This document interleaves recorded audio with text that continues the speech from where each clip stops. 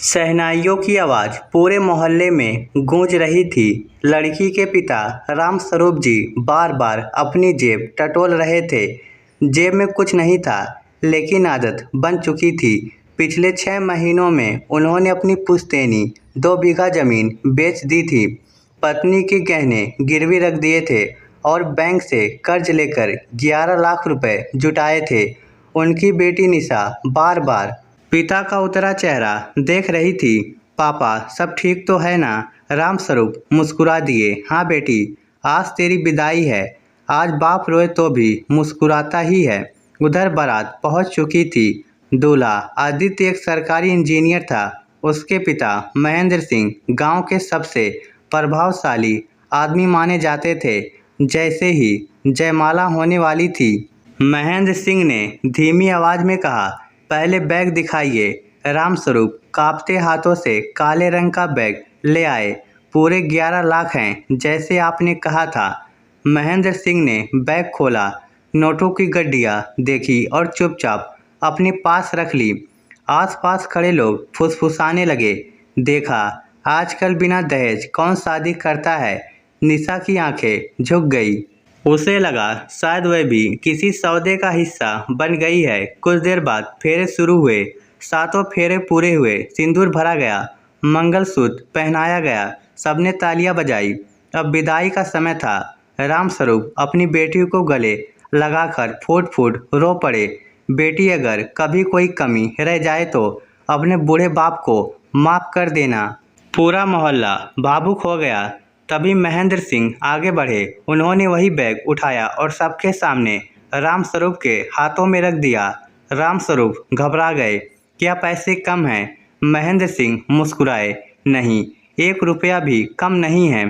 फिर महेंद्र सिंह ने ऊंची आवाज में कहा, ये पैसे आपके हैं, इन्हें वापस रखिए। पूरा पंडाल सन्न रह गया।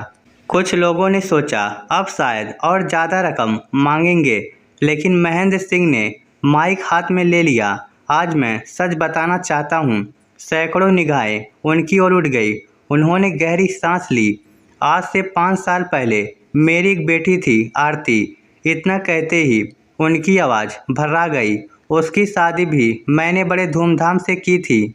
लड़के वालों ने कहा था हमें कुछ नहीं चाहिए, लेकिन शादी के बाद उनकी मांगें ख़त्म नहीं हुई। कभी कार, कभी प्लॉट, कभी पैसे। पूरा पंडाल खामोश था। एक दिन मेरी बेटी ने फ़ोन किया था, पापा, अगर इस बार पैसे नहीं दिए तो ये लोग मुझे जला देंगे। मैं पैसे जुटाता रहा, लेकिन देर हो गई। महेंद्र सिंह की आंखों से आंसू बह निकले। मेरी बेटी की चिता जल गई और मैं कुछ नहीं कर सका। सन्नाटा और गहरा हो गया। उन्होंने आगे कहा, उस दिन मैंने फैसला किया था कि अपने बेटे की शादी बिना दहेज करूंगा, लेकिन जब भी हमने बिना दहेज की बात की, हर लड़की वालों को शक हुआ कि लड़के में ज़रूर कोई कमी होगी। कई रिश्ते सिर्फ इसी वजह से टूट गए। उन्होंने आदित्य की ओर देखा। फिर हमने एक योजना बनाई। हमने दहेज मांगा ताकि किसी को शक ना हो, लेकिन ये पैसा कभी हमारा था ही नहीं। उन्होंने बैग वापस रामस्वरूप को थमा दिया। इन पैसों से अपनी बेटी के नाम एक छोटा सा घर खरीद दीजिए, या उसकी पढ़ाई आगे बढ़ाइए, या अपने बुढ़ापे के लिए बचा कर रखिए। रामस्वरूप फूट फूट कर रो पड़े। उन्होंने महेंद्र सिंह के पैर पकड़ लिए। आज पहली बार लगा कि बेटी सचमुच अच्छे घर जा रही है। महेंद्र सिंह ने उन्हें उठाया। नहीं समधी जी, पैर मत पकड़िए। अगर पकड़ना ही है तो उस सोच को पकड़िए जिसने बेटियों को बोझ बना दिया। उसी समय आदित्य आगे आया। उसने अपनी पत्नी निशा का हाथ सबके सामने थाम लिया। आज मैं सबके सामने एक वचन देता हूँ, अगर मेरे घर में कभी किसी ने मेरी पत्नी से दहेज की एक भी चीज़ मांगी तो सबसे पहले मैं उस घर को छोड़ दूंगा। पूरा पंडाल तालियों से गूंज उठा। गांव के कई युवकों ने उसी समय खड़े होकर घोषणा की, हम भी बिना दहेज शादी करेंगे। कई बुजुर्गों की आंखें नम थी। रामस्वरूप ने बैग खोला। उन्होंने उसमें से 1 रुपया निकाला, आदित्य की हथेली पर रखा और बोले, बेटा, बाप अपनी बेटी को खाली हाथ विदा नहीं करता। यह 1 रुपया आशीर्वाद है, दहेज नहीं। आदित्य ने वह रुपया माथे से लगाया। विदाई शुरू हुई। निशा कार में बैठी तो उसकी आंखों में आंसू थे, लेकिन इस बार उन आंसुओं में डर नहीं था। उन्हें देखकर उसकी मां बोली, आज बेटी नहीं, हमारी इज्जत विदा हो रही है। महेंद्र सिंह ने मुस्कुराकर कहा, नहीं बहन जी, आज एक नई सोच विदा नहीं, जन्म ले रही है।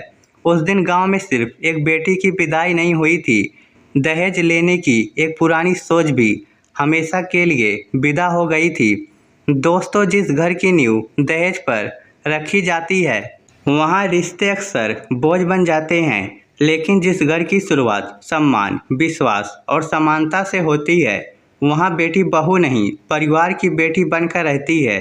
इस स्टोरी को लेकर आपकी क्या राय है? नीचे कमेंट करके हमें ज़रूर बताइएगा। धन्यवाद।